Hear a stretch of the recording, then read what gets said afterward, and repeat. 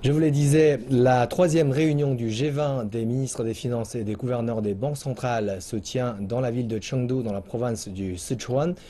Et il s'agit également de la dernière réunion ministérielle avec le sommet du G20 qui aura lieu à Hangzhou, dans la province du Zhejiang, en septembre. Pour Yang Yuanyuan, responsable d'une chaîne hôtelière de la ville de Chengdu, acheter un régime d'assurance adéquat est primordial pour les affaires.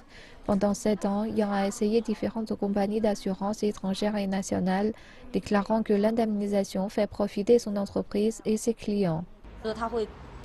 Ils ont conçu leurs produits selon les besoins des consommateurs. L'entreprise dont parle Yang Yuanyuan a puisé son origine dans une entreprise française. En effet, en 2013, l'entreprise chinoise China Aviation Industry Corporation et Groupama ont signé un accord pour discuter et augmenter le capital de l'établissement dans une joint venture d'assurance vie. Depuis les années, cet accord est considéré comme l'une des plus importantes coopérations internationales dans le domaine de l'assurance. De nombreux produits phares, comme l'assurance multirisque, ont été les premiers produits importés sur le marché chinois. Le président adjoint de la joint venture, Yuan Jiang, est rentré de France à Chengdu il y a quelques années et a choisi Chengdu comme seconde résidence. Selon lui, établir le siège de l'entreprise à Chengdu fait partie de la stratégie à long terme de l'entreprise.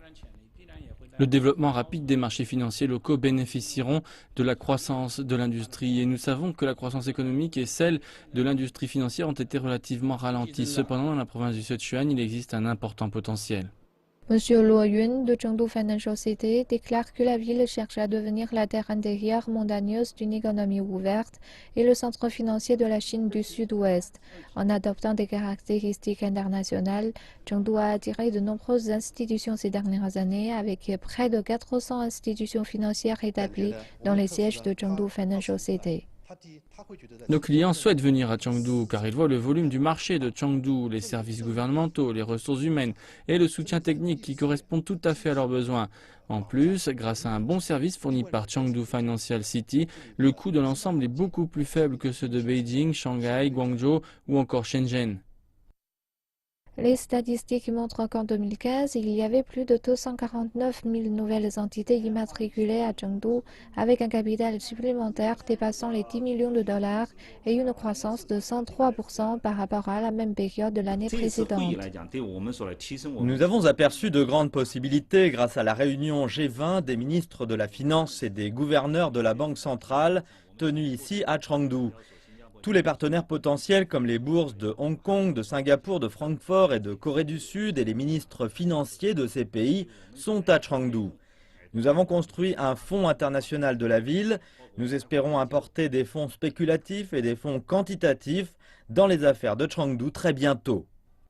Jusqu'à présent, 270 entreprises de fortune globale 500 se sont installées à Chengdu. Comme de plus en plus d'investissements sont versés, les secteurs financiers de Chengdu ont contribué à l'accélération du projet de la ville de devenir une métropolis internationale.